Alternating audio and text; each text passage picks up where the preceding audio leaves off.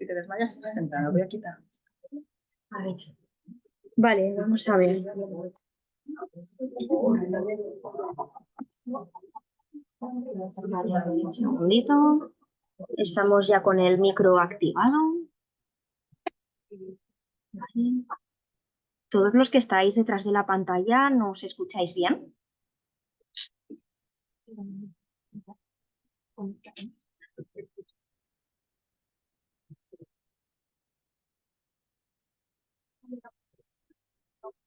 Vale, perfecto, sí, nos escuchan. Vale, pues vamos a comenzar, si os parece.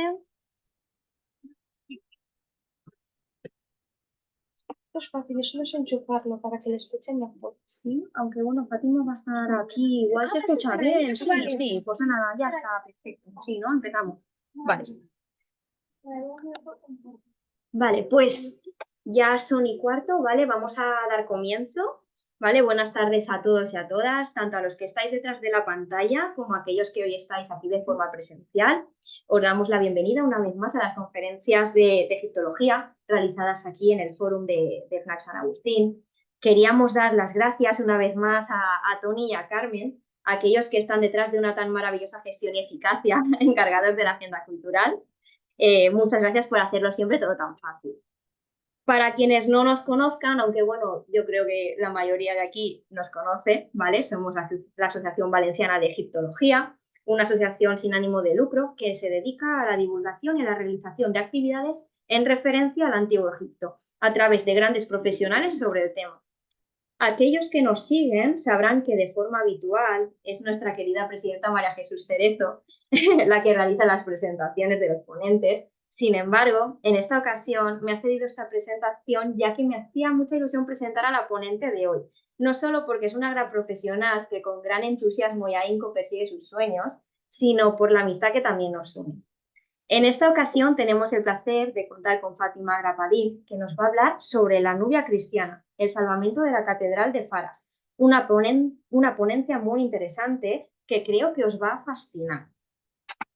Para que sepáis un poquito sobre Fátima, inició su travesía académica en la Universidad de Murcia, donde estudió Historia del Arte. Continuó su formación en la Universidad Complutense de Madrid, donde obtuvo un máster en estudios avanzados de museos y patrimonio histórico-artístico, cuyo proyecto de fin de máster fue en relación al Templo de Devot. En el terreno profesional, Fátima ha desempeñado diversos roles, como por ejemplo recepción en eventos académicos internacionales o la participación directa en arqueología y la museología, como por ejemplo en el yacimiento de San Esteban o su labor en el Museo Arqueológico de la región de Murcia. Asimismo, participó en el proyecto de remodelación y musealización del Palacio del Infante Don Luis en Boadilla del Monte, en Madrid. Fátima ha llevado su voz a conferencias, revistas y plataformas digitales y se destaca su participación en el podcast Charlando con la Esfinge, que de hecho digamos que Fran Lozano, que bueno, ya lo conocéis todos porque también es socio de la asociación, ¿vale? Es el que ha creado este podcast. De hecho, le mandamos un saludo porque está por el chat, ¿vale? Y bueno, su contribución a la revista La Aventura de la Historia o la colaboración con las EDUCOM, ¿vale? También es destacable su puesto como directora de las GIE, Jornadas de Estudios e Investigación en Egiptología, en las cuales diversos ponentes pueden participar y demostrar al público sus conocimientos y amor por la cultura egipcia. Así pues, dicho esto, quería darle paso con este fragmento de las instrucciones Americaré, según la traducción que nos brinda José Miguel Serrano Delgado en su libro Textos para la Historia Antigua de Egipto. Esta dice así: imita a tus padres y a tus antepasados. Mira, sus palabras quedaron fijadas en libros. Abre, lee y copia su sabiduría. El que es enseñado se convierte en un experto. Así que espero que aprendáis mucho con Fátima y con todo aquello que nos va a transmitir hoy. Así que muchas gracias.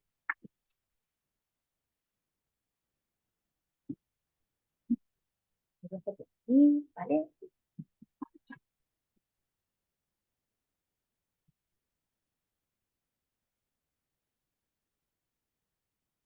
Bueno, antes de nada, agradecer esta maravillosísima presentación a Raquel, agradecer especialmente a la Asociación Valenciana de Egiptología, que es la segunda vez que me invitan a trabajar con ellos y la verdad es que estoy encantadísima, repetiría las veces que hiciese falta. Y nada, muchas gracias a todos los que estáis aquí de manera presencial, gracias también a los que están en remoto viéndonos en directo y gracias también, como ha dicho Raquel, a los compañeros de aquí de ámbito cultural de la APNAC que nos han dejado este espacio, que han hecho que todo funcione a la perfección. Así que nada, espero que disfruten muchísimo de esta conferencia, tanto como yo he disfrutado preparándola y como voy a disfrutar mostrándosela hoy. Y nada, doy comienzo. Les voy a presentar una conferencia titulada La Nubia Cristiana, el rescate de la Catedral de Palas. Y al principio les voy a hacer una pequeña introducción que para algunos de ustedes que ya hayan venido a alguna conferencia será un poco de repaso para el examen final. Y para los que no hayan venido a ninguna conferencia mía, pues será un poquito una introducción para que nadie se pierda a la hora de aprender sobre lo que voy a contarles.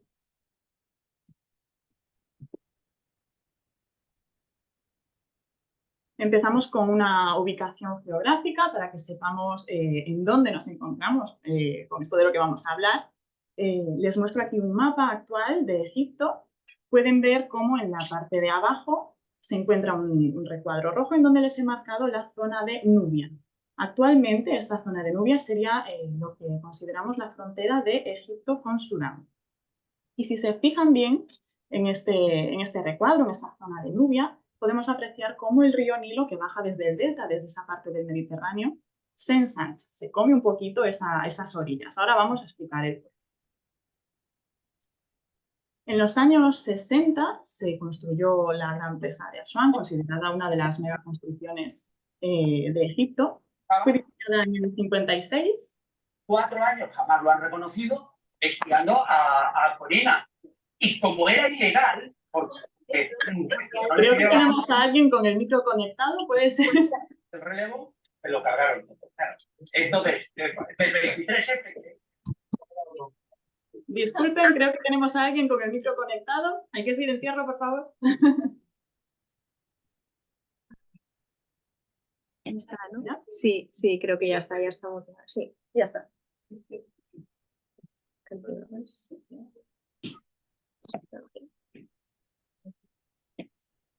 Sí, míralo a ver.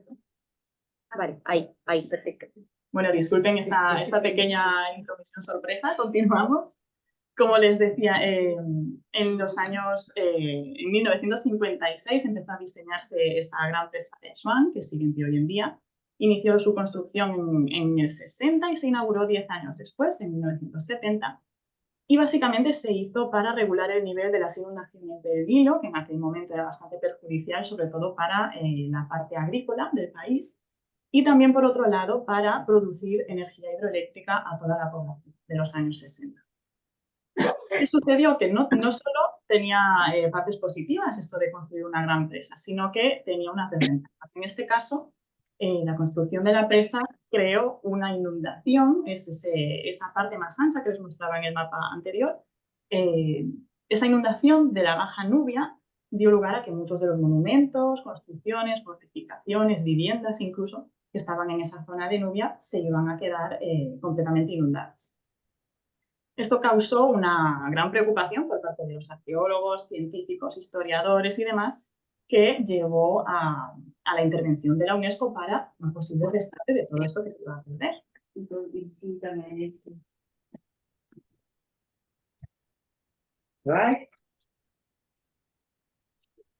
Creo que sigue alguien por ahí con el micro puesto. Si lo pueden silenciar, por favor. Problemas de directo. Bueno, continúo enseñándoles otra imagen. Aquí pueden ver la presa de Asuán desde vista de pájaro, vista aérea. Se puede apreciar muy bien en la parte superior de la imagen cómo era el caudal original del Nilo antes de construir esta gran presa y cómo a partir de esta nueva construcción se amplía. El Nilo se come todo lo que es la parte de las orillas a partir de ahí. Otra imagen, les pongo una flechita justo en la parte de arriba, donde pueden ver cómo es minúsculo prácticamente el caudal del Nilo, y a raíz de ahí, todo lo que vemos de ampliación es lo que hoy conocemos como el lago Nasser, este lago artificial que ha surgido por la construcción de la presa. El lago Nasser hoy en día, cuyo nombre viene por Gamal Abdel Nasser, que era el gobernante egipcio de ese momento en el que se construyó la presa, cuenta con 500 kilómetros de largo y se utiliza básicamente para el turismo. El lago Nasser hoy en día está pensado un poco pues, para aprovecharlo como sus cruceros, el lago, para descubrir los monumentos que se pudieron rescatar trasladándolos un poquito más arriba en las orillas del Nilo. El lago Nasser, aunque parezca todo muy bonito, que podemos aprovecharlo, pues eso, ver los monumentos desde el agua, desde los barcos y demás, tuvo también sus desventajas. Y es que desapareció el limo tan característico de Egipto y la salinización natural que ayudaba a que tanto la naturaleza como las construcciones que ya había se mantuviesen, digamos, en su estatus natural, por así decirlo. Ahora bien, como les comentaba, estos monumentos que estaban en la zona de Nubia, que se iban a inundar, estaban amenazados de quedarse para siempre bajo las aguas, y esta preocupación por parte de los arqueólogos y esa intervención de la UNESCO hizo que se crease la campaña de salvamento de monumentos núbicos. Aquí les muestro un par de imágenes, en este caso les estoy enseñando el templo de Philae. Aquí todavía estaba la gran presa de Asuán en construcción, todavía no había terminado de construirse y podemos ver cómo ya los templos, los monumentos estaban bastante cubiertos por el agua. Se iban a seguir cubriendo si no se hubiesen rescatado, es decir, se habrían quedado, ahí podemos ver cómo las aguas están pues, por la mitad más o menos, los templos ya no son accesibles, pero si la presa estaba todavía en construcción, entonces iba a seguir subiendo el límite del agua. Y ahora la pregunta del millón, ya para meternos un poco en el meollo de esta conferencia. Cuando nos mencionan la palabra Egipto, lo primero que se nos viene a la cabeza es el Egipto faraónico. Tutankamón, Cleopatra, Ramsés, etcétera, etcétera. En este caso les muestro ahí abajo unas imágenes del rescate de los templos de Abu Simbel, que se veían en la imagen del lago Nasser que les he puesto. Salía el crucero delante y los dos templos de detrás eran los de Abu Simbel. Es uno de los templos más conocidos por la gente, ese típico templo que suele salir en los libros, que sale en los documentales, en la tele, etc. Pero nos tenemos que hacer la siguiente pregunta. Con respecto a esta campaña de rescate de monumentos de la UNESCO, ¿solo se rescataron monumentos faraónicos, que son los que nosotros tenemos en mente? Efectivamente no fue así. Tenemos que pensar que Egipto es un país con muchísima historia, muchísimos años de culturas diferentes, y tenemos que entender también que por ahí han pasado no solo faraones, que son los que a nosotros más nos gustan. Hay que entender también que hubo otras etapas, como por ejemplo esa fase en la que llegó la fe cristiana a Egipto. Es decir, Egipto, bastante posteriormente a la época de los faraones, tuvo un periodo cristiano como han tenido muchos otros lugares en el mundo. Este periodo de la fe cristiana en Egipto lo conocemos como el Egipto copto. Esta denominación de copto, que les pongo ahí en pantalla, se refiere a los egipcios que profesaban la fe cristiana. Son una minoría, pero son considerada la minoría cristiana más numerosa de todo lo que conocemos como la parte de Oriente Próximo y del norte de África. O sea que de minoría tampoco tiene mucho. Y ya con esto entro al tema de esta conferencia. Nos encontramos hablando ya de la Catedral de Faras, una construcción cristiana que se ubicaba en la Baja Nubia, que iba a ser precisamente afectada por esas inundaciones de la Gran Presa. La Catedral de Faras, en Nubia, fue la sede original de la diócesis de Faras, de donde le viene el nombre. Aquí les muestro en pantalla, en un lateral, una imagen de los años 60.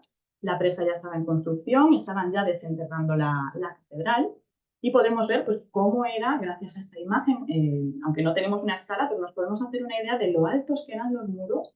Fíjense cómo hay unas pinturas al fondo que se conservan bastante bien, y cómo pues contábamos con unas arcadas, cómo los muros son bastante gruesos, una construcción pues bastante bien conservada, a pesar de que había estado muchos años abandonada y de que ya estaba amenazada por las aguas del Nasser. Y ahora otro mapa, para que me sigan la pista, para que nadie se me pierda por el camino. Faras, para hacernos una idea, pertenecía al reino africano de Novatia, que lo pueden ubicar ahí, justo a la mitad del mapa más o menos. Y Novatia posteriormente sería absorbida por Makuria, lo que hoy se ubica justo al norte de Sudán, sur de Egipto. Makuria sería, digamos, un reino con más poder que Novatia, que luego pues cogió más fuerza. Novatia se fue quedando un poco obsoleto y acabó siendo absorbido por Macedonia. Esta zona, que podemos ver en el mapa, alcanzó su apogeo justo durante el periodo cristiano que les comentaba en esta zona de Nubia. Aquí, para hacerlo un poquito más fácil ya todavía, les muestro una captura de VL. Justo donde tienen la línea roja que le he marcado ahí es la frontera actual de Egipto con Sudán. Y donde les he puesto la flecha roja justo por debajo de esa línea, vemos que se puede leer Wadi Halfa. Encima de la línea de la frontera tenemos a Musimbel y justo por debajo Wadi Halfa. Pues en la orilla opuesta a Wadi Halfa, donde está la flecha roja, sería donde se encontraba la catedral de Fares. Los gobernantes que controlaban esta zona del Valle del Nilo, desde la primera catarata hasta la tercera, se habían convertido al cristianismo alrededor, más o menos, del 548 después de Cristo, debido a unas influencias de unos misioneros que habían sido enviados desde Constantinopla por el emperador bizantino Justiniano. Tenemos que entender que Constantinopla en ese momento era, digamos, el núcleo del cristianismo que estaba arrancando, por así decirlo. Sin embargo, se cree, también hay hipótesis de que hubo unos misioneros cristianos en este reino antes de estos misioneros de Constantinopla, pero se desconoce la fecha exacta de la adopción oficialmente de la religión cristiana en esa zona. Aquí al lado les muestro una reconstrucción 3D de un proyecto que luego les hablaré un poquito más, pero puesto que el edificio, la Catedral de Faras, ahora mismo está en ruinas debajo del lago Nasser, no podemos visitarla, al menos que se puedan hacer una idea de cómo era esta construcción, aunque sea mediante una reconstrucción 3D. Aquí les pongo un plano, tienen que entender, por las imágenes que les voy a mostrar, ya se lo voy advirtiendo, hay muy poquita información actualmente de la Catedral de Faras. Intuyo que muchos de los que están aquí o de los que nos están viendo online desconocían completamente esta catedral, porque es la gran desconocida. Prácticamente nadie la ha estudiado, no sale en los libros, no sale en los documentales, es, digamos, la gran olvidada. Y espero que conmigo esta tarde descubran cómo precisamente es una maravilla. Pero sí que es verdad, las cosas como son, hay muy poquita información. Yo les voy a contar todo lo que se puede saber, o casi todo, porque si no estaría con 5 horas hablando, y creo que no me dejan. Pero aquí les muestro uno de los poquitos planos que podemos ver de la catedral. Podemos ver cómo era un recinto cuadrado. En el centro, principalmente, el edificio del centro sería lo que consideramos la catedral como tal. Vemos como hay una zona columnada en el centro, sería un bosque de columnas, como esas salas de hipóstilas de los famosos templos egipcios. Al fondo vemos un ábside curvo donde se situarían los sacerdotes para oficiar la liturgia. Sería también donde estaría el altar. Luego lo verán en otras imágenes un poquito más fácil. Y podemos ver también cómo había otros restos en los laterales. El que vemos, creo que si lo señalo con cursor lo pueden ver. Aquí. Justo en esta parte de aquí se cree que era una zona utilizada principalmente como baptisterio. Y luego en la otra parte otras estancias que se podrían usar como para guardar cosas o para guardar elementos de la liturgia, pero se cree que es anterior a lo que es el edificio principal.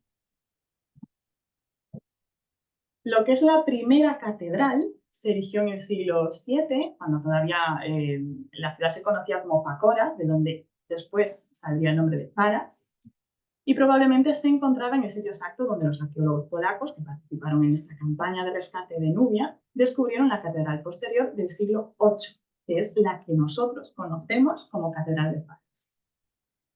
Las famosas pinturas encontradas en esta catedral de inspiración bizantina, que son un poquito reconocidas, yo creo que igual algunas sí que les sonará luego, datan de entre los siglos 8 y 13 más o menos, y también hay que decir que se encontró, además de estas pinturas tan maravillosas, una gran colección de obra de alfarería de la época que nos permitió ubicarla temporalmente y saber mucha información de cómo fue el uso de este edificio.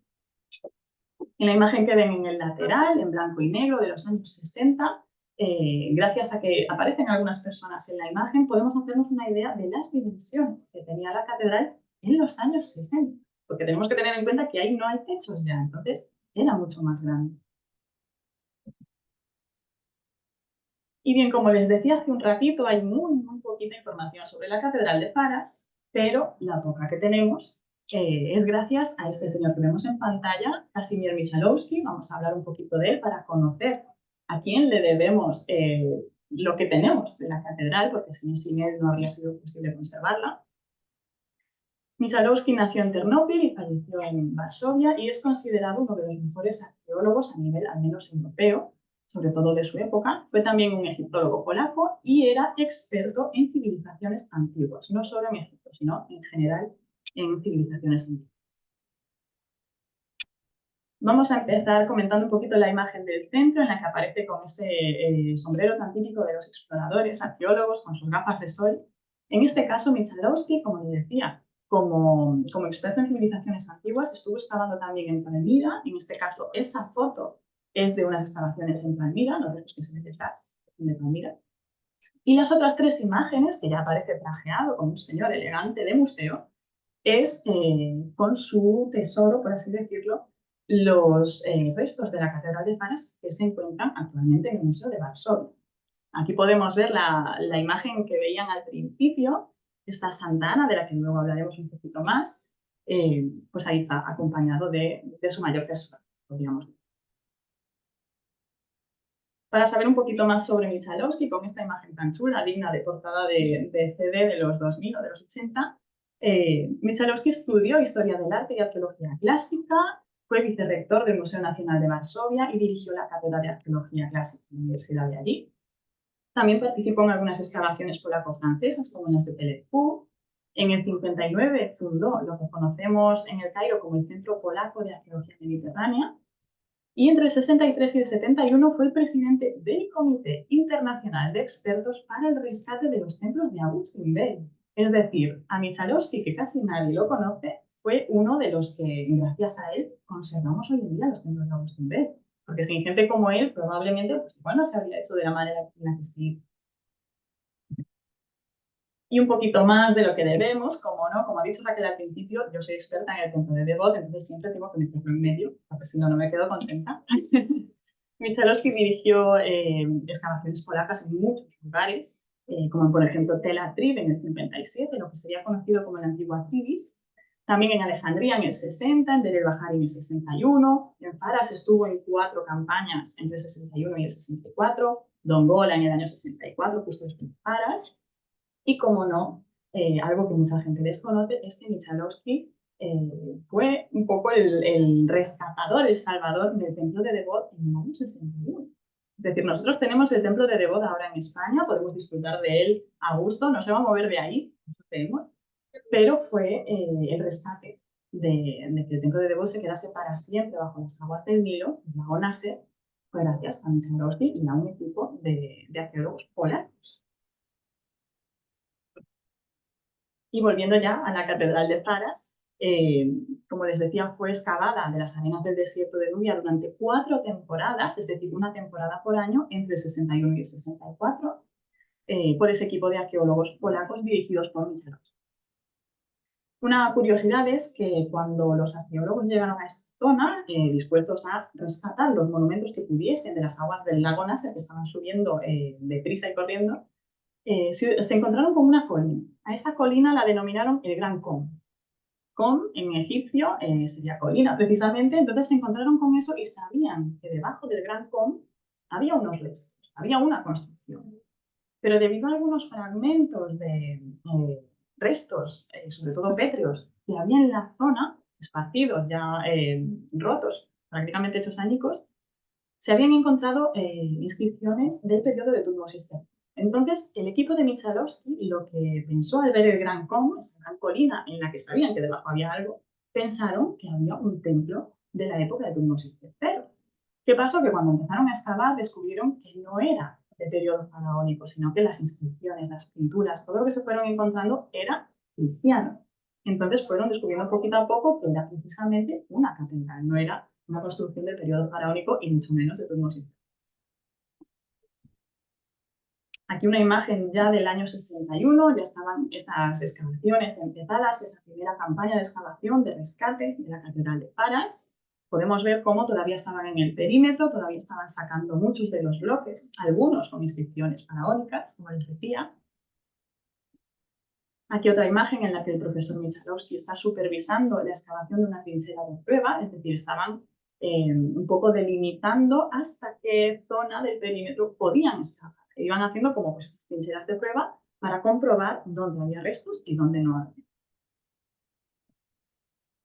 Otra imagen, en este caso el profesor Michalowski está examinando unos bloques, como les decía, con inscripciones jeroglíficas. Esto al principio dio mucha confusión, pero luego ya se descubrió que los restos eran probablemente reutilizados de otra construcción que había caído en ruinas, y como ya no se utilizaba, pues piensen ustedes, en esa época son bloques que ya están cortados, son bloques transportados.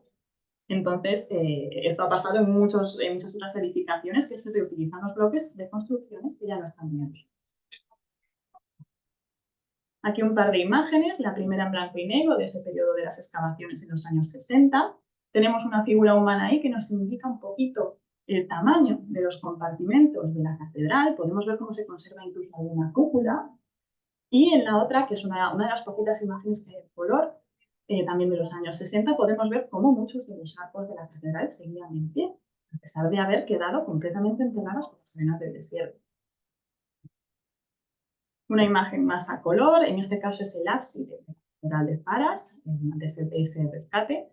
Como les decía en el plano que les mostré al principio, en este ábside, como pueden ver al fondo, hay una especie de escalinata. No era una escalera, no llevaba a ningún lado, porque es un ábside cerrado, curvo, pero era para que se ubicasen los sacerdotes durante la liturgia. Digamos que el público corriente estaría en esa zona columnada, y los sacerdotes ahí detrás del altar que se justo en el centro del ábside. Y si se fijan también, se pueden apreciar las pinturas en el ábside, que luego las veremos un poquito mejor.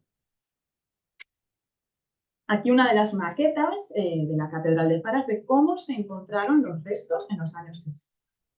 Podemos ver cómo efectivamente era un espacio cuadrado, esas arcadas que se conservaban, ese ábside con la escalinata que les he comentado. Simplemente decirles que hay... los restos de Faras están repartidos actualmente entre Sudán y Varsovia. Pues hay una maqueta como esta, pues si en algún momento deciden visitar estos museos, en el Museo de Sudán hay una y en el de Varsovia hay otra. Igualitas, el mismo plano de la catedral. Aquí otra imagen, en este caso es el pórtico de entrada de la catedral desde la parte del suroeste. Vemos cómo la parte inferior estaba construida con bloques de arenisca gris, entonces se ha conservado prácticamente todo el perímetro porque es una piedra más resistente, pero la parte de arriba estaba ya construida con ladrillos de arcilla roja cocida. Por lo tanto, pese a que muchos siguen en su sitio, bueno, actualmente están debajo del agua, no sabemos si siguen ahí, pero en los 60 estaban todavía en gran parte colocados. Entonces nos permitió saber al menos un poquito cómo era la altura de este edificio. Y en cuanto a este pórtico de entrada, aquí tenemos una reconstrucción hipotética porque se encontró, no sé si se han fijado en esta imagen anterior, como aquí hay una columna y aquí una base. Esto permitió hacer unas hipótesis de que las entradas de la Catedral de Faras tenían un porche, tenían una cubierta. Y tenían también pinturas. No solo encontramos pinturas dentro de la catedral, sino también en las entradas, en el exterior.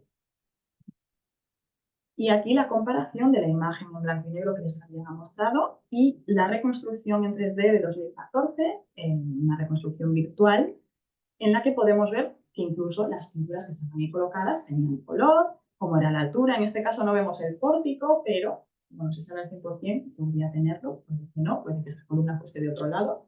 Pero nos ayuda a hacernos una idea, una vez más, ya que no tenemos edificio actualmente, a hacernos una idea de cómo es. Y en cuanto a esa imagen que vemos ahí en la entrada, esta parte de aquí, por si no se ve bien, ahora la vemos un poquito ampliada, es un San Mercurio matando al emperador Julián el Apóstol. Actualmente esta pintura se encuentra en el Museo de Varsovia. Es una de esas pinturas que se rescataron de la Catedral de Faras y se trasladan. Todo lo que se rescató de la Catedral de Faras fue repartido por el gobierno tanto egipcio como sudanés entre los museos de Sudán y de Varsovia, más o menos a partes iguales. Y la imagen, ahora se la muestro un poquito más ampliada, Quiero que se fijen bien porque vamos a entrar ya en ese mundillo de las pinturas murales de la Catedral de Faras, que son lo más impresionante de la catedral, pese a que esta no es de las más conocidas. Quiero que se fijen bien en cómo el caballo tiene colores muy vivos, cómo estaba muy adornado. Vemos cómo lleva un montón de collares que podrían tener piedras preciosas, cascabeles, etcétera, etcétera. Y vemos la lanza de San Mercurio que atraviesa por delante del caballo. Con esto quiero que se vayan haciendo una idea de cómo era el estilo de las pinturas de esa época cristiana en Egipto, de ese periodo copto. Aquí vemos otra imagen en blanco y negro ya del interior de la catedral. Aquí vemos, como les comentaba, que estaba construida con bloques de arenisca y ladrillo cocido. Contaba con 2 entradas, una norte y una sur. Se encontró una tercera, pero estaba tapiada. Se desconocen los motivos. A día de hoy no se sabe por qué. Y en esta imagen concretamente se estaban descubriendo las capillas de las tumbas de los obispos de Faras, ubicadas en la fachada oriental de la catedral. Esto ya en la campaña del año 62.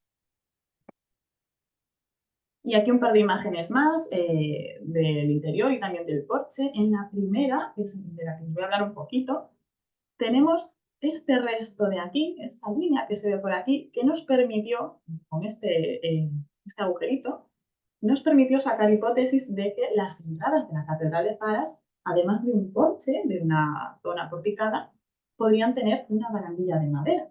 ¿Qué pasa? La madera es un material más débil, por lo tanto, entre inundaciones, quedarse enterrada, las ruinas, etcétera, se pierde. Pero con esos restos que hemos podido encontrar ahí, pues nos hemos hecho una idea de cómo podría haber sido la entrada de la catedral cuando estaba en uso. Y ahora sí, nos metemos ya de lleno con el arte mural. Decirles que en Faras se rescataron 169 pinturas murales, que como les decía, están repartidas hoy entre Varsovia y Jartum, el Museo de Varsovia y el de Sudán, y que además, no solo pinturas, sino que también se encontraron inscripciones epigráficas y murales en copto, en nubio y en griego. Esto nos ayudó un poquito más a conocer más información todavía sobre la catedral. Aquí una imagen del profesor Michalowski descubriendo justo una de las pinturas murales enterrada casi por completo. Si se fijan en esta parte de aquí, se ve la pintura. Fíjense cómo se encontraron. Hoy las vemos en un museo, pero Michalowski las sacó así. Aquí están justo en el momento del descubrimiento de una pintura que representa a un arcángel, justo en esta parte de aquí. Son 2 personas del equipo polaco de excavación y están siendo observados fijamente por la supervisión del profesor Michalowski, que era obviamente un espíritu de arqueólogo. Y ahora les voy a hacer un pequeño inciso para los que se estén preguntando cómo han ido a parar unas pinturas de la Catedral de Faras a los museos, porque digo yo que no son fáciles de trasladar los muros.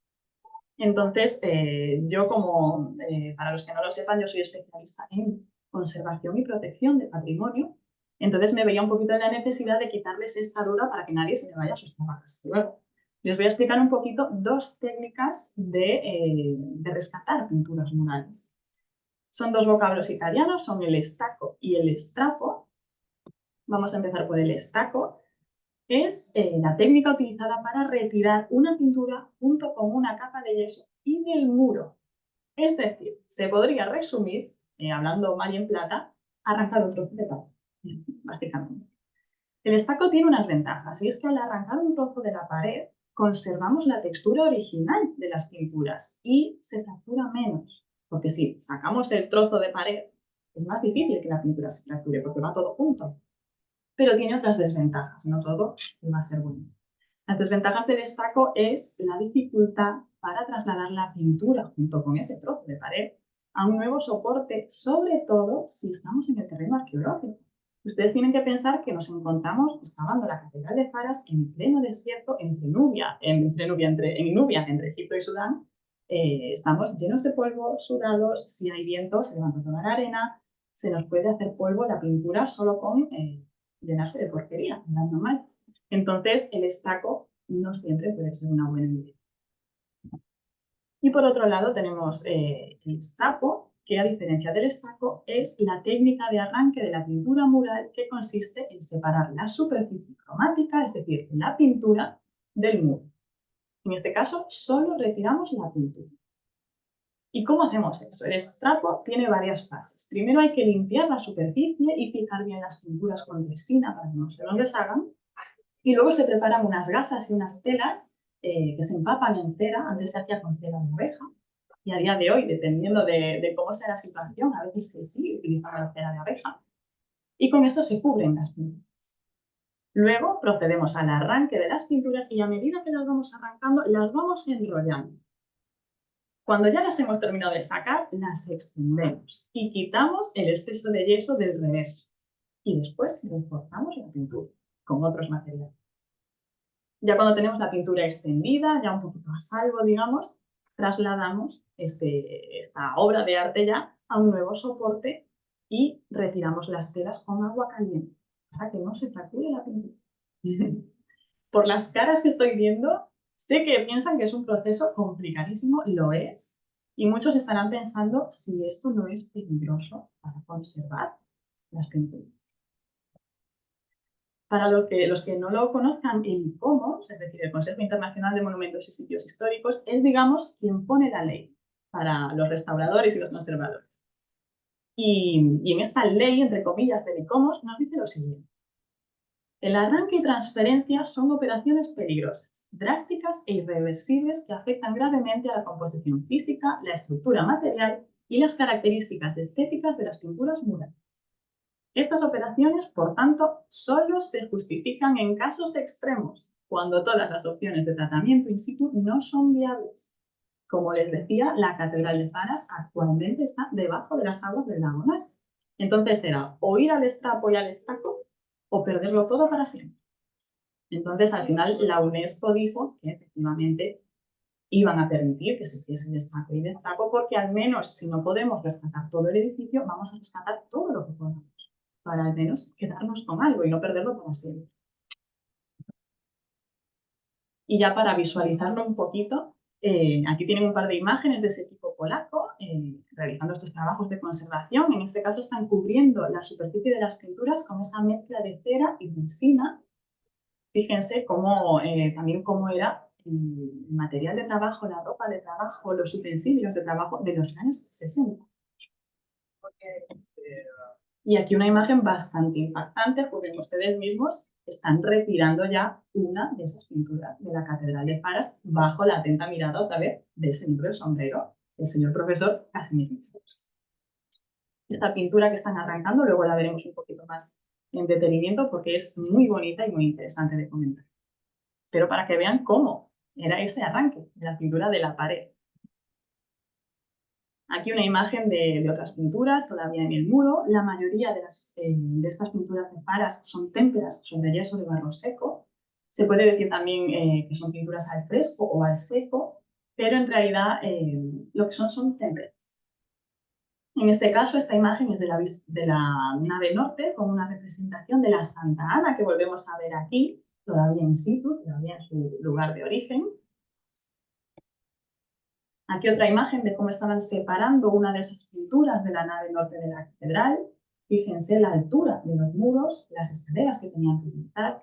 Como nadie lleva casco en esta foto, porque estamos en los años 60, entonces se trabajaba de manera muy distinta a la de hoy en día. Nadie lleva arnés, nadie lleva casco.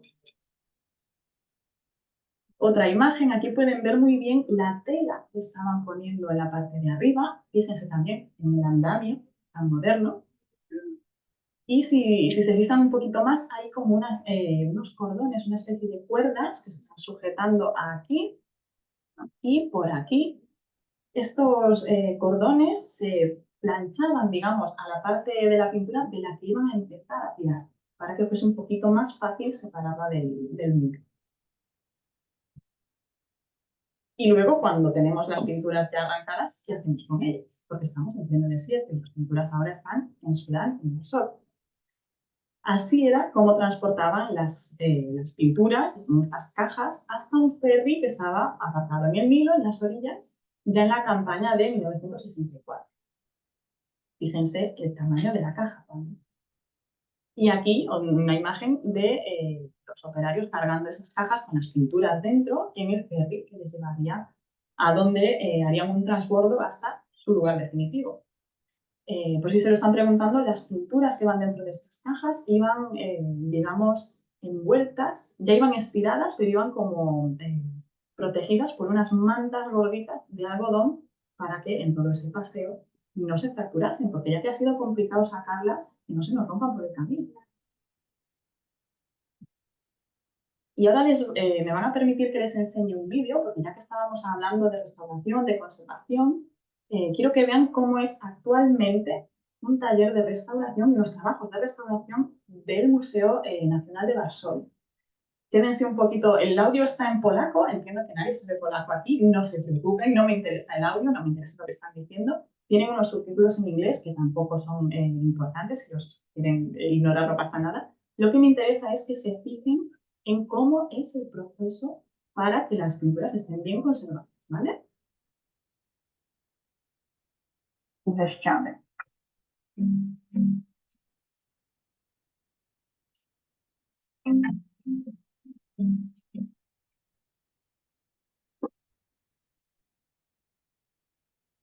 Na tym etapie prac mamy bardzo ułatwione zadanie, ponieważ najcięższą pracę wykonali nasi koledzy w latach 60., kiedy malowidła były zabezpieczane i zdejmowane ze ścian katedry.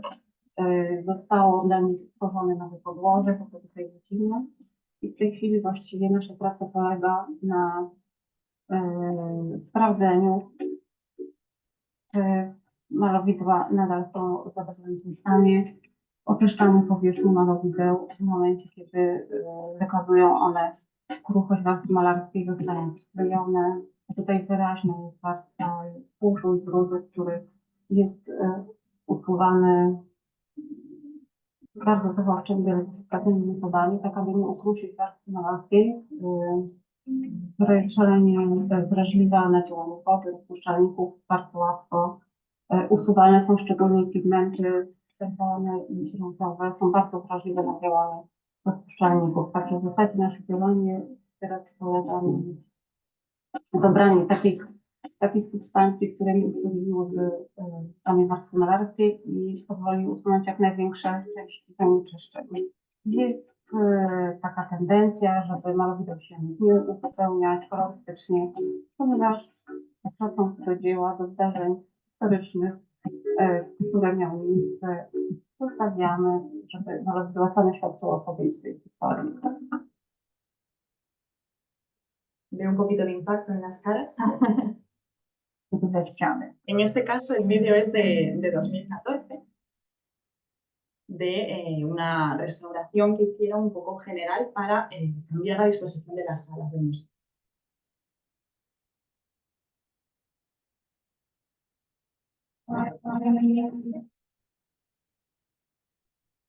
Y ahora ya pasamos a hablar de dónde están hoy en día los restos de la Catedral de París. Ya que hemos visto un poco cómo es ese proceso, ya hemos arrancado todas las pinturas, ya nos hemos llevado todo lo que hemos podido. Entonces ahora vamos a ver en dónde están hoy en día estos restos.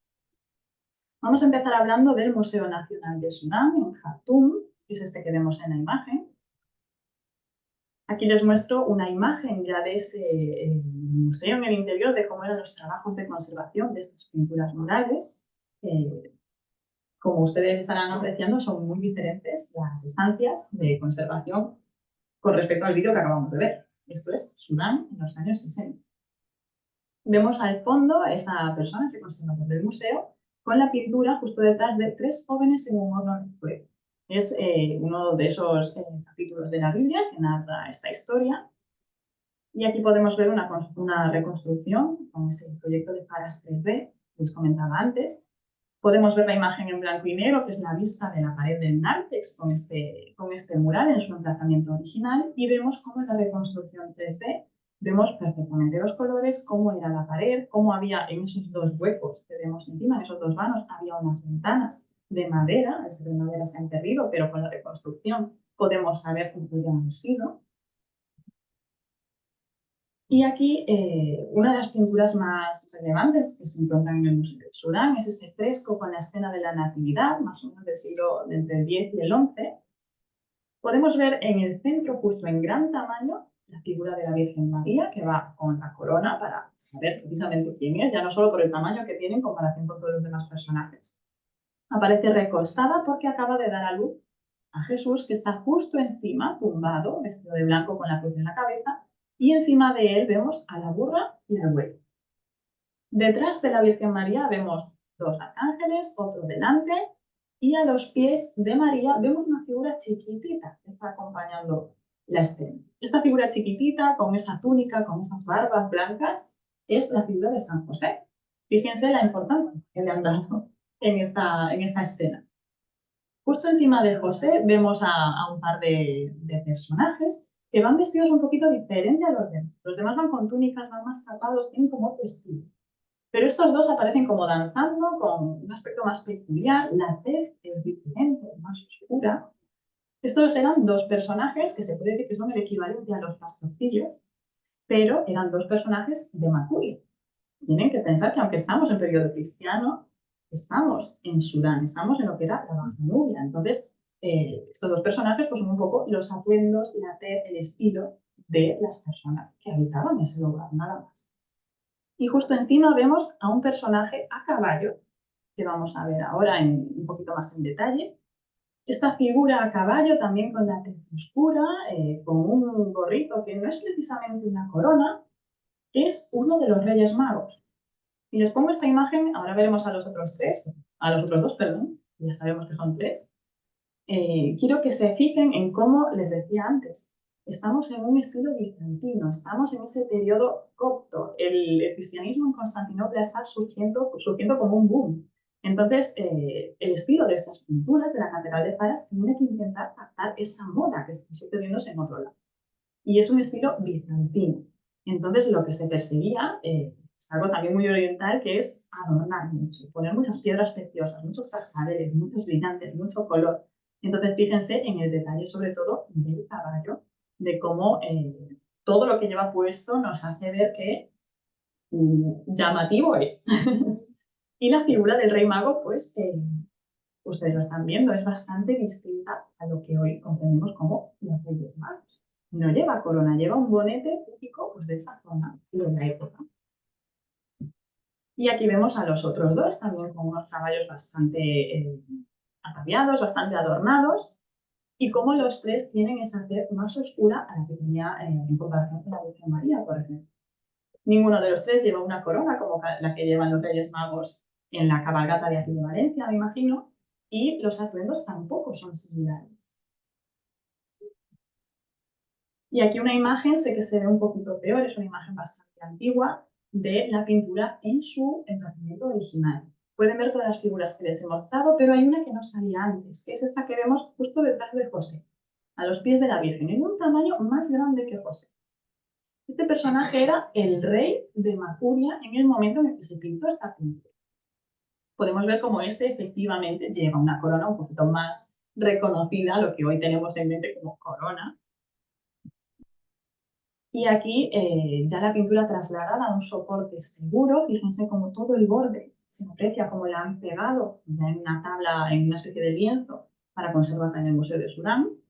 Y también para que vean, en comparación con un vídeo que les he mostrado de Varsovia, cómo la están restaurando. El tamaño también que tiene, que es interesante, y pues cómo esta persona está como en unos andamios restaurándola, limpiándola por poquito. Otra pintura que se conserva también en el Museo Nacional de Sudán, estaba en la zona norte, y en este caso es la Virgen María, con el Niño Jesús, acompañando a Marta. Marta, que vemos ahí que también lleva una corona un poco más característica, más llamativa, era la madre del rey de Macuria. Por lo tanto, ese gesto que vemos de la Virgen María posándole la mano sobre el hombro nos indica que era una persona importante, porque aparece justo al lado de la Virgen y la Virgen la está como acompañando.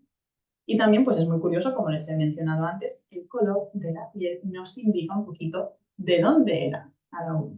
En este caso, Marta era la madre del rey de Macuria, por lo tanto, en esta zona, que al fin y al cabo es África, obviamente la gente no tenía esa tez blanca como la tiene la Virgen María.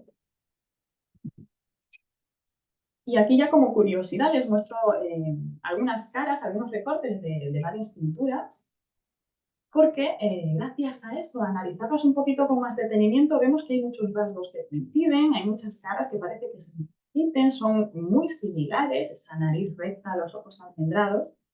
Esto nos ha permitido saber que probablemente los encargados de decorar la Catedral de Faras fueron un grupo muy reducido de personas que aprendieron de un maestro que era más especializado en pintura bizantina, y que este pequeño grupo de personas, pues digamos que se encargaron de un edificio enorme en la catedral. Por lo tanto, podemos ver cómo las caras que se nos repiten, los detalles que se nos repiten, el estilo que se repite, podría pertenecer a un mismo artista. Es decir, un grupo pequeñito de personas cuyos componentes pintaron varias de las paredes de la catedral.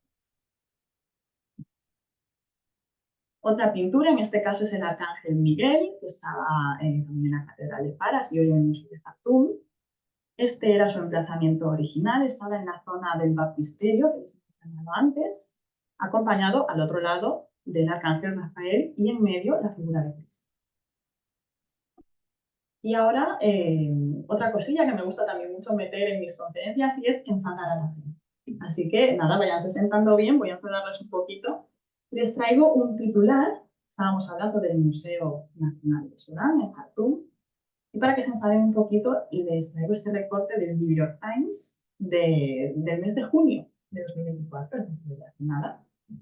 Y el titular dice lo siguiente: primero vienen a por el futuro de Sudán, ahora están destruyendo su paz. Para los que no lo sepan, que es muy probable que nadie de esta sala no lo sepa porque eso no se ve en las noticias, Sudán se encuentra desde hace un año y medio aproximadamente sumergido en una guerra civil. Esta guerra civil básicamente enfrenta a las Fuerzas Armadas de Sudán, un poco la república, entre muchas comillas, contra las fuerzas de apoyo rápido que serían los paramilitares, por decirlo de alguna manera. Si seguimos leyendo un poquito este artículo, nos dice lo siguiente. En mayo de 2023, los combatientes de la RSF, es decir, las fuerzas de apoyo rápido, entraron en el Museo Nacional de Sudán. En vídeos publicados en Internet se regodeaban mientras abrían antiguos ataúdes nubios, alterando cadáveres de 3000 años de antigüedad. Los francotiradores tomaron posiciones en el tejado del museo. El museo fue saqueado. Ahora se utiliza como cementerio de la RSF. Y por las caras que estoy viendo, intuyo que nadie sabía eso. Pues voy a seguir enfadándoles un poquito más. Si vamos al boletín de la Asociación Española de Egiptología, en la EBE, tenemos un artículo un poquito más accesible, puesto que el New York Times quizás es un poco más difícil de conseguir ese artículo y además está en inglés. Pero en el boletín de la EBE pueden encontrar este, cuyo titular es Saqueo del Museo Nacional de Sudán, también de este verano. Y nos dice lo siguiente. El Heber Barkal Archaeological Project ha comunicado el posible saqueo del Museo Nacional de Sudán en su página oficial. Según anuncian, el alcance de dicho saqueo aún no es conocido, puesto que ningún miembro del equipo ha podido visitar sus instalaciones. Es decir, los miembros del Museo Nacional de Sudán, los propios trabajadores del museo, no saben en qué condiciones se encuentra su lugar de trabajo, porque ni siquiera ellos pueden acceder. Me están encantando las caras que estoy viendo, no sé cómo estarán los que nos están siguiendo en directo online, pero esto es un poquito lo que quería conseguir, ya que, como les he dicho antes, yo defiendo la conservación del patrimonio, porque al final tenemos que cuidar nuestro pasado si queremos seguir construyendo nuestro futuro. Tenemos que permitir que los que vienen detrás también puedan conocer nuestra historia. La guerra de Sudán es una guerra civil, obviamente no tiene nada que ver con el patrimonio, pero como el museo está en su territorio y en territorio de guerra, esto es lo que está pasando. No está saliendo en las noticias, no se ve tampoco en titulares, en periódicos, etcétera, pero está pasando. Entonces, lo que quiero, pues cuando se vayan ahora después de esta conferencia, es que se queden un poquito ahí enfadados y que sean conscientes de que lo importante es conservar en la medida que lo que podamos nuestro patrimonio. Hay que conservarlo bien, hay que cuidarlo si queremos seguir disfrutando. Y ya dejo el enfado, vamos a continuar con la Catedral de Faras. Ahora nos vamos al Museo Nacional de Varsovia, un poquito más lejos. Y vamos a hablar de ya una cosa más bonita para pasar un poquito el disgusto. Vamos a hablar de la Mona Lisa de Faras o la Mona Lisa del Museo Nacional de Varsovia. Así es como se conoce a la pintura de Santa Ana. Esa pintura tan bonita, tan maravillosa, que les he puesto también al principio, la tienen en el cartel que han utilizado los de la Asociación Valenciana de Egiptología. Qué buen gusto tienen. Y aquí podemos ver muy bien representado ese esplendor del primitivo arte cristiano nubio con esas influencias del arte copto y del arte bizantino, que estaba arrancando ese arte. La inscripción en griego que vemos en esta pintura alrededor de la cabeza de Santa Ana nos revela la identidad de esta figura femenina. Nos dice Ana, madre de la Madre de Dios, es decir, Ana, la madre de la Virgen María. Y vemos cómo ese gesto de llevarse el dedo a la boca nos invita a guardar silencio para abrir nuestro corazón a ese espacio sagrado en el que estábamos entrando, en ese espacio en el que tenemos que rezar, tenemos que acercarnos a Dios, tenemos que profesar la liturgia, la fe cristiana, y nos invita también pues, a esa meditación, a esa tranquilidad, debido a que Santa Ana, en esa zona de Nubia, fue muy importante, porque era considerada también fértil, ser la madre del Salvador. Entonces muchas mujeres nubias de ese momento acudían a ver esa imagen a la Catedral de Faras y rezaban a Santa Ana para que les ayudase a quedarse embarazadas, a tener un parto exitoso, a que su hijo al nacer estuviese sano, a que ellas tampoco sufriesen por su salud a la hora del parto, etcétera, etcétera. Aquí un detalle un poquito más grande, por si no era suficiente para que la disfrutemos un poquito más. Vemos esos ojos almendrados y nos emboban con esa mirada, esa nariz recta, esos tonos marrones, amarillos, anaranjados tan típicos de este periodo. Y aquí una pintura que es el obispo Pedro con San Pedro, le pongo el recorte de la imagen que actualmente está en el Museo de Varsovia, y al lado a Casimiro Michalowski en el Museo de Varsovia con dos observadores del museo. Y detrás justo vemos esa pintura acompañada de otras pinturas también resaltadas de la Catedral de París. Aquí otra pintura al fresco es una Majestas Crucis, es decir, un Cristo en majestad con esa forma cruciforme, y al lado vemos a Michalowski sentado delante de esta pintura cuando ya se había trasladado al Museo de Varsovia, antes de colocarla donde está. Un poquito también para que vean el tamaño de estas pinturas. Y al otro lado de Michalowski, al otro lado de la silla, vemos otra imagen bastante grandota, es la que vamos a ver a continuación, la Virgen María con el niño, que se ubicaba en la entrada oeste de Faras. Como les decía antes, las pinturas murales de Faras son la mayoría témperas, pinturas al temple en yeso de roca. Y para los que se estén preguntando por qué hay algunas pinturas, principalmente cristianas, que tienen las facciones borradas, no es por el paso del tiempo, no es porque se quedase abandonada, no es por las ruinas, sino que estos borrados de las facciones humanas es básicamente del periodo en el que el Islam llega a Egipto y esta fe musulmana, la fe del Islam, llega a Egipto. Entonces, como ellos no creen en la adoración de figuras humanas, se ven la obligación de eliminar al menos los rasgos faciales de las imágenes que se iban encontrando de otras creencias que ellos no comparten. Entonces, las imágenes que vemos como esta, ya con las facciones borradas, es debido a ese periodo en el que el Islam llega a Egipto. Y a partir de ahí, el cristianismo va cada vez a menos hasta que se queda casi nada. Aquí dos arcángeles, en este caso Miguel y Gabriel, en el Museo de Varsovia también, desde el año 64. Esta era la imagen original, estaban así puestos los dos con otra figura, estaba en la entrada oeste de Faras. Esta figura del centro también aparece con los ojos borrados, con la boca borrada.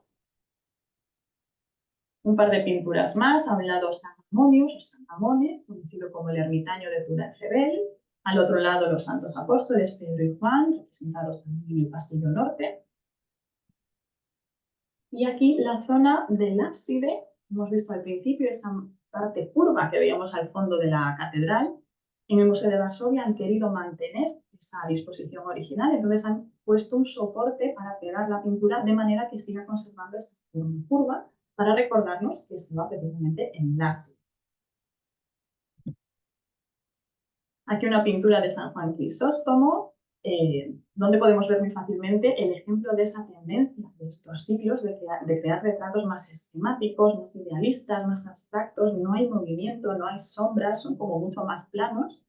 Y vemos cómo lleva ese homoforno en blanco, envuelto en el cuello, el gran códice, son los evangelios que lleva en la mano, que nos indican que es una persona importante en la catedral de Faras.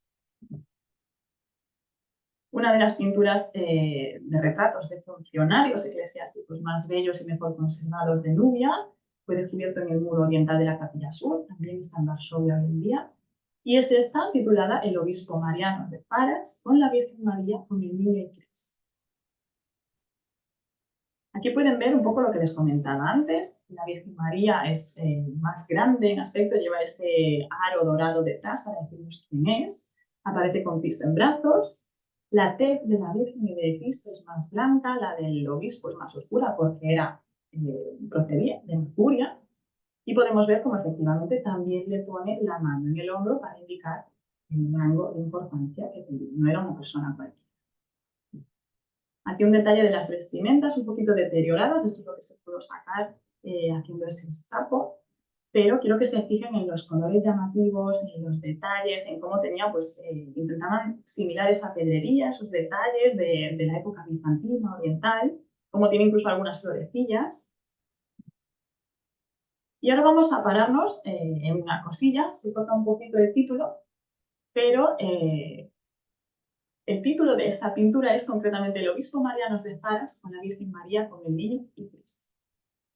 Ustedes creen que se nos repite ahí un personaje, ¿no? Está con el niño y Cristo, la Virgen María y el obispo. Aquí podemos ver un detalle, ya como curiosidad, un detalle de la profecía de Isaías en la que se dice que la Virgen María daría un niño y lo llamaría Emmanuel, que significa Dios está con nosotros. En esta pintura hay 4 personajes en realidad. El obispo Marianos, que hemos visto, la Virgen María, el niño y Cristo. La Virgen María tiene al niño Jesucristo en brazos y aparece también la figura de Cristo adulto, pero se ha perdido, no se ha podido ver. Pero aparecía también en este libro. Y la podemos ver donde les he puesto esa flecha y abajo en el círculo rojo.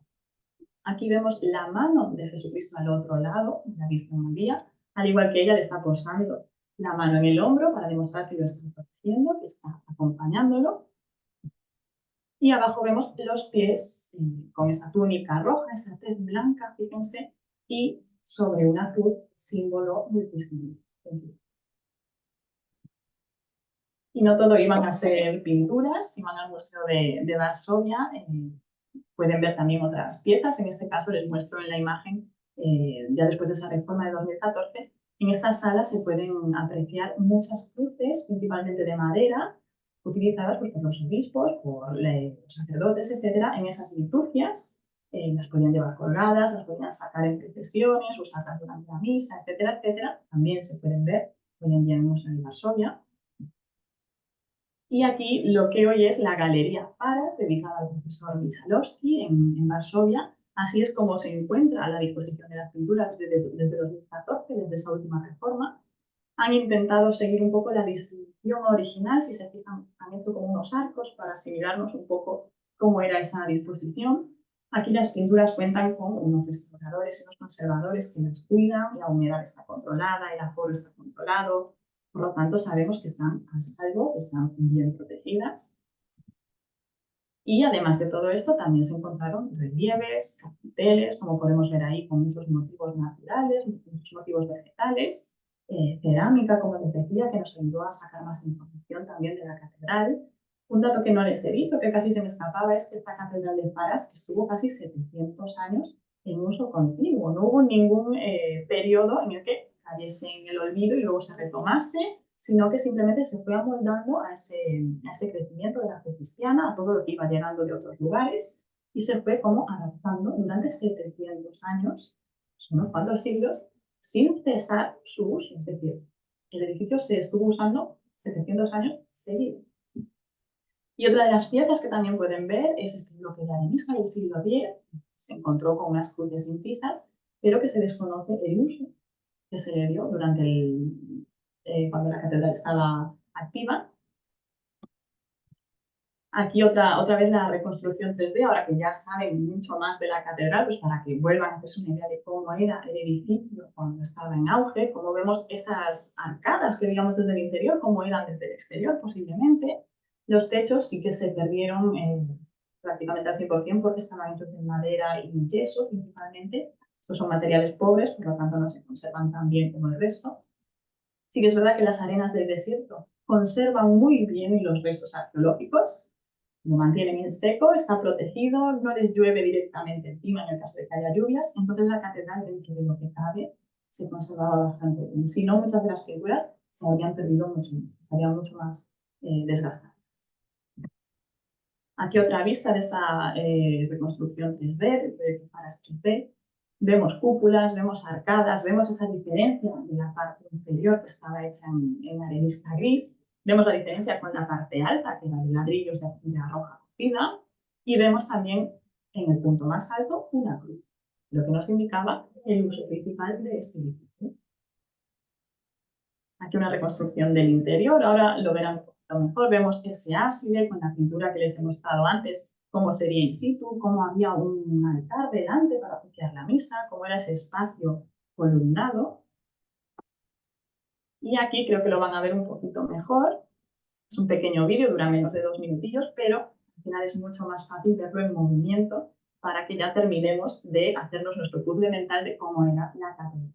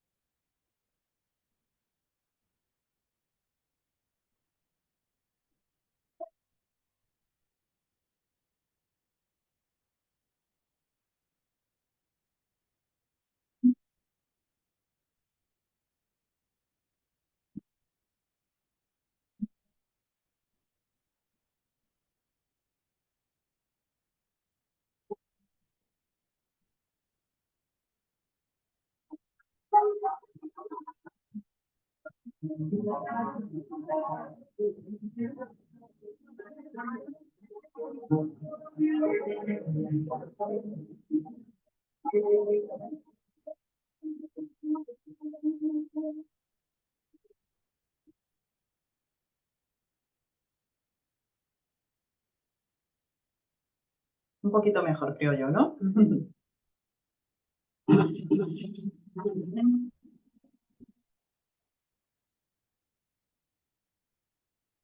Y pues nada más, no lo digo yo, lo dice el propio Michalowski. Espero que les haya gustado, que hayan disfrutado de esta conferencia tanto como yo. Espero que se vayan a casa un poquito más concienciados con la importancia que tiene aprender sobre nuestra historia, nuestro patrimonio. Y nada más, ahora pasamos a un turno de preguntas. Si alguien tiene alguna duda, estaré encantada de responder. Muchas gracias.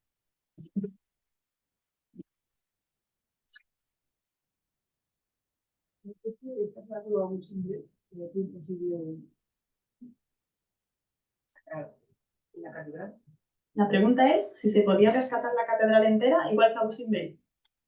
Hay que pensar también en las... Claro, de Zara solo se rescató pues esas las pinturas, los restos de cerámica, etcétera, la catedral no. Hay que pensar en varias cosillas. Uno, los intereses. ¿Qué nos interesa más? ¿Restos cristianos o restos? Los restos de Ramsés II y Nefertari. Eso también influyó mucho, pese a que Michalowski eligió de todos los espacios que había para excavar, que no eran precisamente pocos, él eligió precisamente esta ubicación para excavarlo él con su equipo polaco. Y sí que es verdad que ese otro punto que hay que tener en cuenta es que la UNESCO decidía también qué monumentos se rescataban y cuáles no. De los que se rescataban, cuáles se trasladaban dentro de Egipto, como Abu Simbel, y cuáles se trasladaban fuera. Porque con todos esos países que participaron en esta campaña de rescate, nosotros tenemos el templo de Tebot. Hay otros monumentos que se rescataron y se fueron fuera de Egipto. Otros se quedaron allí simplemente un poquito más altos, para que no se quedasen inundados, y otros pues los rescatamos de manera parcial, es decir, todo lo que pudimos sacar de la catedral y lo que es el edificio lo dejamos allí. Hay que pensar también en el dinero, porque al final, pese a que digan que no, el dinero mueve el mundo. Entonces la UNESCO, esa campaña de rescate no recibió tanto apoyo económico como se pensaba. Rescatar estos monumentos costaba mucho dinero. A Gutenberg fue, se podría decir que el más costoso, fue mucho dinero el que se invirtió en rescatar el templo de Gutenberg, los dos templos, porque al final son dos, y había que decidir, no se podía rescatar todo. Entonces al final, pues entre la UNESCO y el comité de expertos y los equipos de otros países que participaban, hubo que hacer una elección. No se podía rescatar todo, desgraciadamente.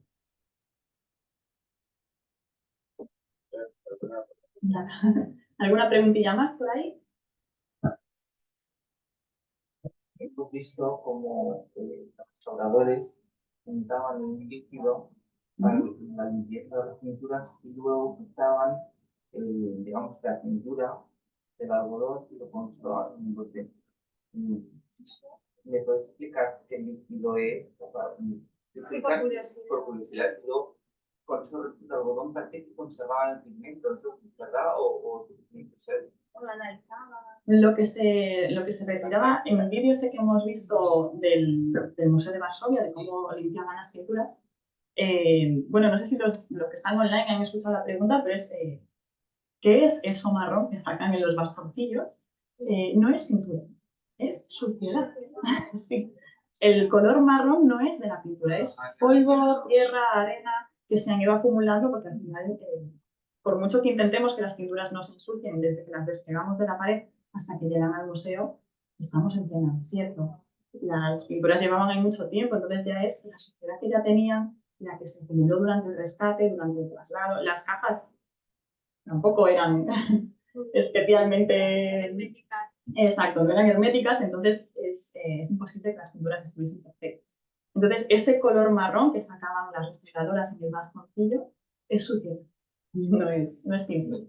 Y luego, lo que comentaba, que lo meten en un bote, no es para guardarlo, eso probablemente se tira, a lo mejor sí que se analiza alguno, un poco para saber qué tipos de suciedad tenemos, cómo podría afectar eso. Si hay alguna gente, por ejemplo, algún microbio, algún bichillo, algo biológico que sí que pueda afectar, se puede estudiar, pero normalmente eso se tira. Y cuando vemos en el vídeo que lo meten en un botecito es simplemente algún otro producto para seguir limpiando.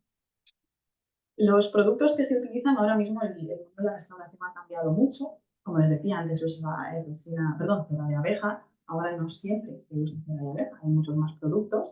Yo no soy restauradora al 100%, entonces tampoco me los conozco todos, pero por ejemplo se usan muchos aceites que al final no dañan la pintura, pero nos ayudan a quitar la capa de suciedad sin llevarnos la pintura al limpiar. Pero hay que tener en cuenta también la temperatura en la que estamos cuando estamos limpiando una pieza como esta. Lo que les decía, por ejemplo, al hacer el estapo, al sacar la pintura, cuando retiramos todas las capas de cosas que le hemos puesto, hay que hacerlo con agua caliente, porque con agua fría se puede escarchar, se puede craquelar, pero tampoco con agua hirviendo, porque también la podemos deteriorar así. Entonces, todo tiene un método, todo tiene que estar perfecto para no dañarlo. Así que hay un mogollón de utensilios, de aceites, de un montón de cosas que al final el mundo de la restauración, por suerte, ha ido avanzando y sigue avanzando. Entonces, a medida que se van, al final es prueba y error, lo mismo que con todo. Se van usando diferentes cosas hasta que ya llega un punto que sabemos las que son malas, las que son buenas, las que nos ayudan con pintura al temple, las que nos ayudan con vidrio, las que nos ayudan con escultura, porque no es lo mismo, en este caso, limpiar pinturas que estaban en una pared que limpiar, por ejemplo, una escultura de mármol. Los utensilios que vamos a usar son distintos, los ungüentos, los líquidos, etcétera, que vamos a usar también son distintos. Entonces, el mundo de la restauración es complicado, pero es muy interesante. Yo les animo, si tienen curiosidad, simplemente a echar un ojo por internet o en algún libro. No hace falta aprenderse el manual del restaurador a fondo, pero es un mundo muy interesante porque al final cada cosa tiene su proceso, su particularidad. No podemos usar lejía para todo. Para una cosa tenemos que usar aceite, una cosa la limpiamos con pincel, otra con otro tipo de pincel. Los pelos del pincel también influyen, entonces es un abanico de datos infinito. hay que estar agradecidos con los restauradores de los museos, que parece que nadie los aprecia, pero están ahí. Hacen un gran trabajo y han estudiado mucho para saber todo lo que tienen que usar, lo que no tienen que usar y cómo usar. Así que nada, otra cosilla para irse a casa contentos, pensar en la importancia que tienen los restauradores y los conservadores. Los restauradores restauran cuando ya hay algo dañado, los conservadores se encargan de que se mantenga bien, que no sea necesaria una restauración, porque si conservamos bien, al final nos ahorramos arreglar. No sé. ¿Alguna preguntilla más? No sé si online habrá alguna pregunta. ¿Miramos algo? Sí. No sé.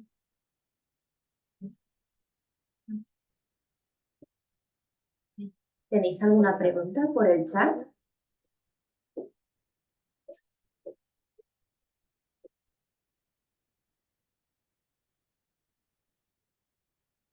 Parece que no. Que hablen ahora o callen para siempre. Exacto. Muchas gracias, Fran. En principio, ¿el resto queréis preguntar alguna cosa? Damos un par de minutillos por si hay alguien escribiendo. Sí. Y aunque no sean preguntas, si hay algún dato que quieran comentar o algún... A mí me gustaría preguntarte lo que has dicho de la conservación, porque estaba en ese montículo. Si hemos tenido la suerte de tener estas cinturas por esta... No porque sé, se quedó enterrada en la porque se arena. quedó enterrado. Y si la arena lo que hace es conservar, mucho mejor, y a lo mejor evitar humedades. No sé, Efectivamente, sí, efectivamente la arena es un muy buen conservante de restos, ya no solo arqueológicos, sino en general. Hay que pensar que es un material que al final no es rígido, entonces no va a dañar la pieza, se amolda directamente. No es como, por ejemplo, el agua sí que puede deteriorar la forma de una pieza, pero la arena no. Ya tendría que caer mucha arena y pesar mucho, pero no suele ser el caso, la arena normalmente no pesa tanto. Y esto sí que nos permite, al estar algo cubierto por la arena, además el terreno egipcio es calentito, hace precisamente calor, entonces con el frío no corremos el riesgo de que se craquelen las cosas, de que se rompan, de que se estallen, porque está en caliente, digamos. Y también al estar cubierto por la arena, si llueve, se queda en la superficie. Se puede filtrar un poquito, pero la arena, además en Egipto, que no suele llover, no hay problemas de humedades. Si no hay humedad, hay menos bichos. En la arena no suele haber tantos insectos como, por ejemplo, si encontramos algo enterrado en Irlanda, que es una zona con mucha humedad, ya no es arena, es barro, tierra. Ahí hay mucha humedad, hay más bichos, ya se conserva de manera diferente. Y si tenemos, pues, por ejemplo, madera, la madera enterrada en barro con bichitos y mucha humedad, la perdemos. En este caso, en Egipto, la madera también es más complicada de conservar, se puede conservar, pero al final la arena pues, no va a hacer milagros tampoco, no está pensada para conservar piezas. Pero sí que es verdad que gracias a esto muchos monumentos se han conservado mucho mejor, porque la arena no es tan dañina como por ejemplo el barro, o si se hubiese caído pues, de una ladera de una montaña, si se hubiese quedado enterrado en bloques de piedra, sería mucho más dañino. Entonces, sí, la arena nos gusta para conservar cosas entre muchas comillas. Sí. Polémica con el ministro que tenemos ahora, con esta idea de devolver El templo de los Devon. objetos que están en nuestros museos, como lo veis, porque el templo de Devon, por ejemplo, Sí. podría pasar lo mismo, no sé. Sí, en ese caso, experta, imagino que se refiere al señor Saki Hawass, el ministro de en España. Pensaba que se refería en general. Sí, bueno, eso está pasando en muchos otros países que piden las piezas de vuelta. Yo siempre digo que en España, por desgracia, hay cosillas que no se nos dan tan bien, hay cosas que no sabemos gestionar tan bien, pero sí que es verdad que las piezas que tenemos de Egipto en España, todas han venido de manera legal. El templo de Devon, por ejemplo, fue un regalo por haber participado en esa campaña de rescate de la UNESCO, y la UNESCO, junto con el gobierno egipcio, nos lo regaló. Es decir, es un regalo legal que es nuestro.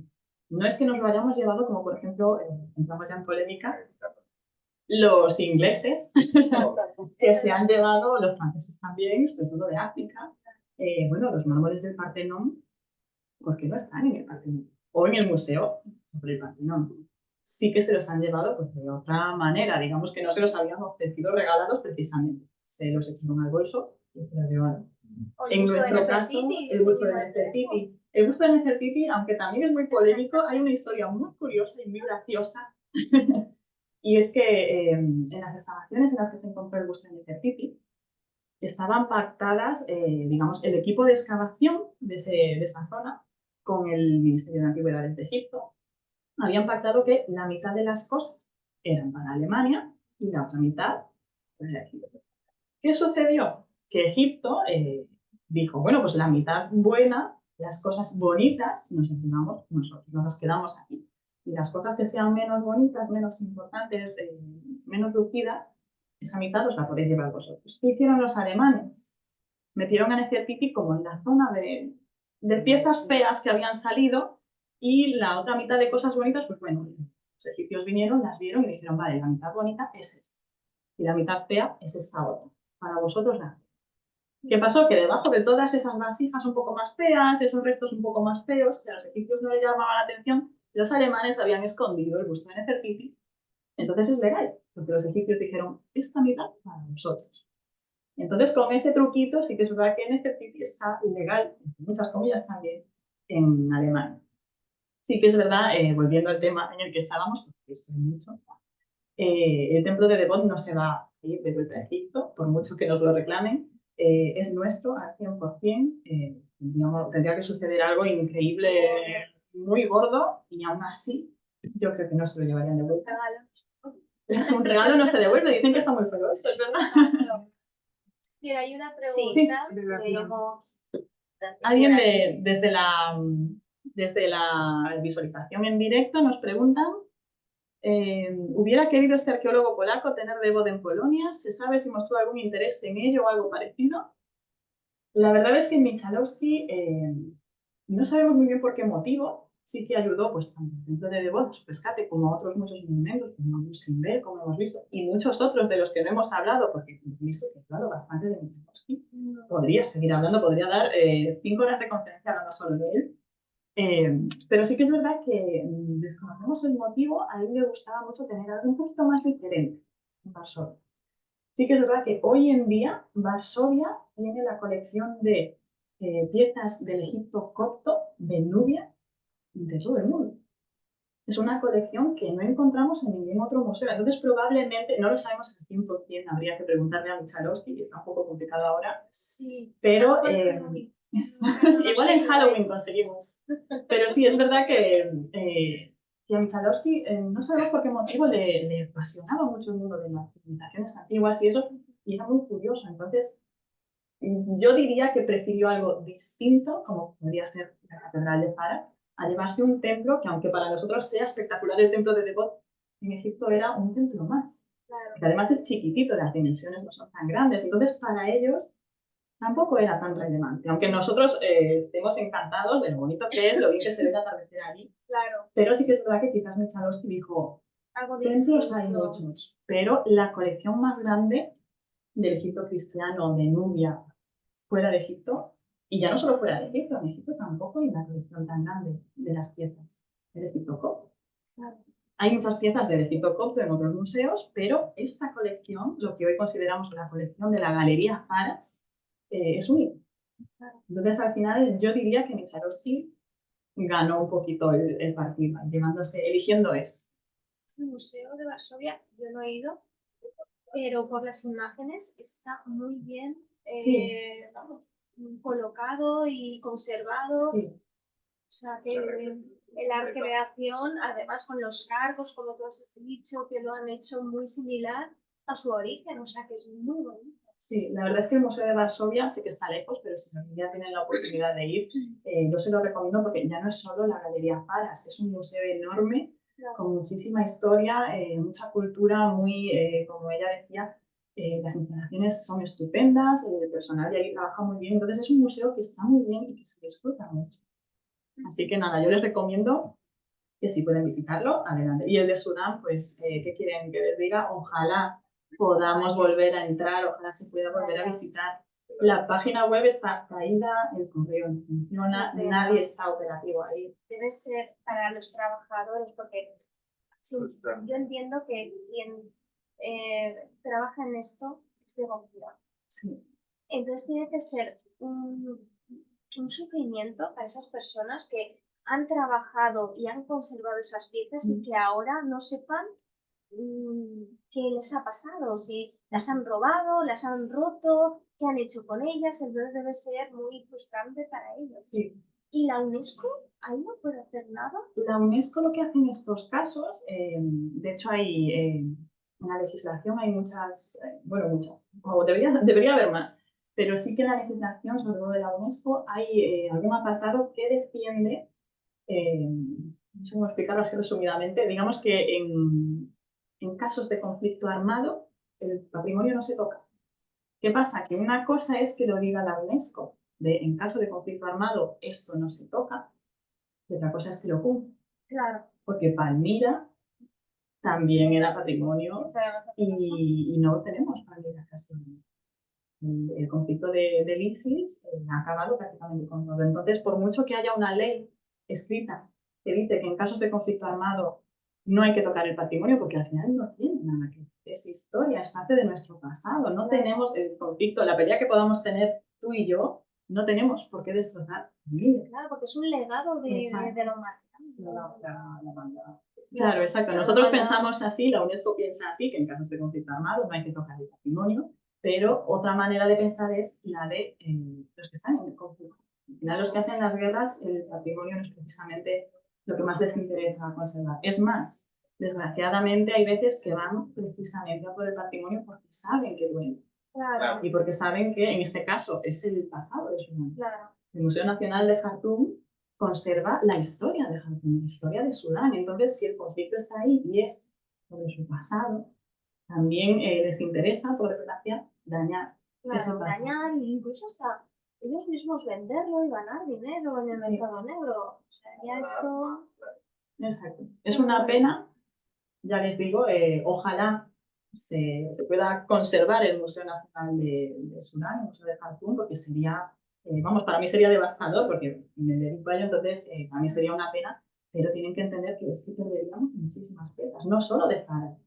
En el Museo de Sudán había sarcófagos, había piezas del Egipto faraónico también, del Egipto islámico también, y de toda la historia de Sudán, esa zona megalítica, que también tiene un montón de historia. Podemos perder todo eso. Y llevan 1 año y medio de guerra. O sea que no sabemos cuánto va a durar, pero... Llevémonos el buen ambiente de esta conferencia. Muchísimas gracias, Fátima. Y bueno, en nombre de la Asociación Valenciana de Egiptología, pues te queremos dar este pequeño detallito para que lo guardes.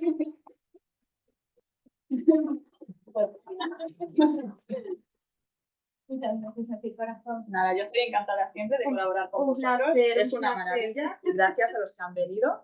Espero que les haya gustado. Muchas gracias. Pues no. Vamos a